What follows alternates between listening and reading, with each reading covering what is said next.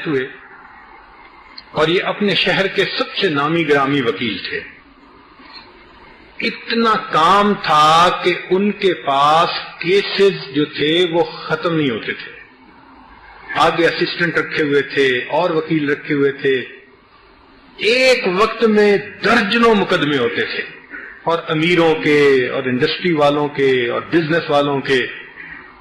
اور چونکہ وکیل بہت ٹیلنٹڈ تھا اور اس کو بات کرنے کا ملکہ بھی تھا، تو وہ ایسے کیس لڑتا تھا کہ بس اس کے حق میں فیصلے ہوتے تھے. تو ہر بندہ چاہتا تھا اس کو وکیل بنائے. اللہ کی شان کہ جب عروج پہ تھا نا اس کی پریکٹس، وہ کسی اللہ والے کے ہاتھ لگ گیا اور اس نے بیعت کر لی. پھر ایک دن کہنے لگا کہ جی میرا تو پیشہ ہی وکیل کا ہے اور آپ کہتے ہیں کہ سچ بولنا چاہیے، تو میں کیا کروں؟ میں نے کہا بھئی سبق تو میں یہی پڑھا رہا ہوں کہ سچ بول کے ہار جانا جھوٹ بول کے جیت جانے سے زیادہ بہتر ہوتا ہے. سچ بول کے ہار جانا جھوٹ بول کر جیت جانے سے زیادہ بہتر ہوتا ہے. اس لیے جھوٹ سے بچو، کیوں اپنی آخرت خراب کرتے ہو؟ اس کو بات سمجھ آ گئی.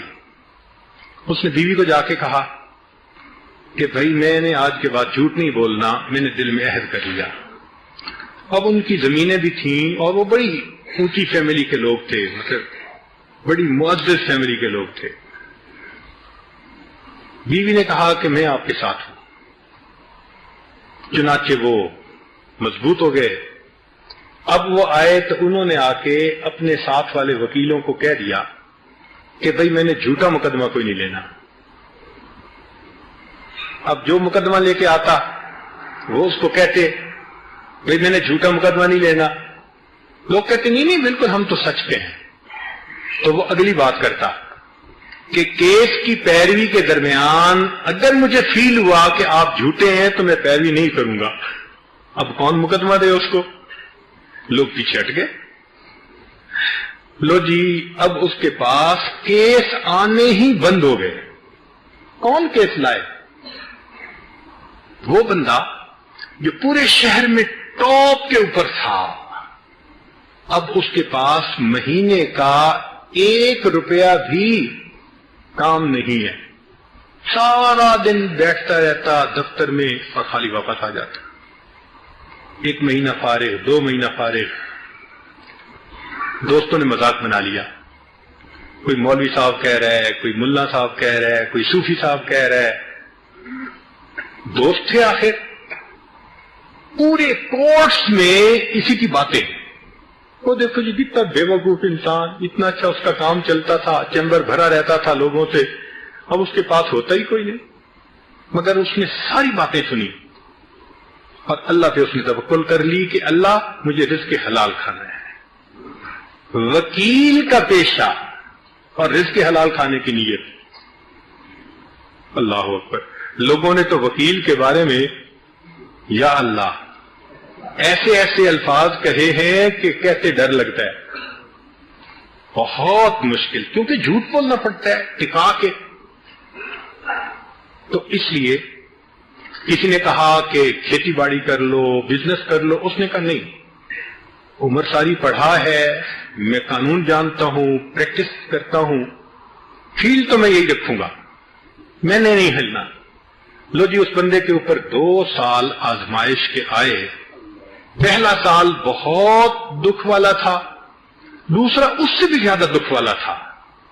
شہر میں لوگ ملتے تو باتیں کرتے، رشتہ دار باتیں کرتے، عورتیں رشتہ دار باتیں کرتی، لوگ بے وقوف سمجھتے، لوگ سمجھتے اس کو تو عقل ہی نہیں ہے. تو تنگی الگ تھی، ہیوملیشن الگ تھی.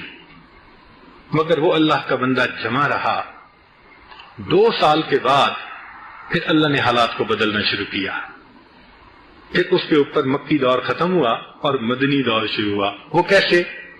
کہ جو لوگ سچے مقدموں والے تھے، سارے تو جھوٹے نہیں نہ ہوتے، وہ اس کے پاس آتے اور کہتے جی ہم بالکل سچ پہ ہیں، یہ ہمارا رائٹ ہے، آپ ہمارا مقدمہ لڑیں. یہ تحقیق کرتا اور یہ مقدمہ لڑتا. اچھا جب یہ مقدمہ لڑتا تو واقعی وہ کیس ٹھیک ہوتا؟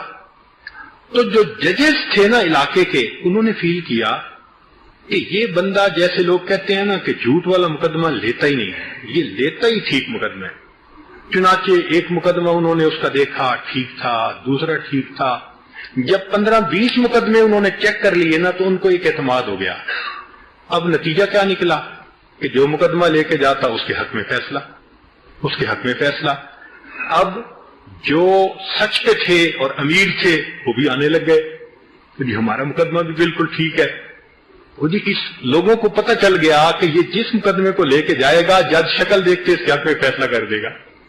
اللہ کی شان کے تیسرے سال میں اتنا کام اس کے پاس آیا کہ جو پہلے 2 سالوں میں نہیں کماتا تھا وہ اس نے 1 سال میں کمایا۔ ابھی 1 سال میں کمایا تھا۔ اللہ کی شان کی حکومت نے ایک پالیسی کی کہ جو پرانے وکیل ہیں نا تو ان میں بعض کو پروموٹ کیا جائے اور جج بنایا جائے۔ یہ ایک کچھ ڈیل تھی وکیلوں کے ساتھ، تو انہوں نے کہا کہ ہم ایسے ہی کریں گے۔ چنانچہ جب حکومت کی پالیسی نکلی تو انہوں نے کہا کہ اچھا ہمیں ایسے وکیل بتائیے جو اپنے فیلڈ میں ماہر ہوں، اچھے ہوں، فلاں ہوں۔ لو جی سلیکشن میں اس کا نام پہلے نمبر پر آ گیا اور اللہ نے اس کو وکیل سے جج پروموٹ کیا۔ جھوٹ بولتا تھا، مائی لارڈ کہتا تھا زمین پہ کھڑے ہو کے، سچ بولنے لگا، اللہ نے اس کو جج بنا کے اوپر بٹھا دیا۔ میرے بندے رزق تو میں دیتا ہوں نا، تمہاری جھوٹ پہ نظر رہے گی میں تمہیں زمین پہ رکھوں گا۔ هي الحلقات تحفظني بآيات من القرآن، هي الحلقات تملأني بحب المصطفى العدنان، هي الحلقات تحفظني بآيات من القرآن، هي الحلقات تملأني بحب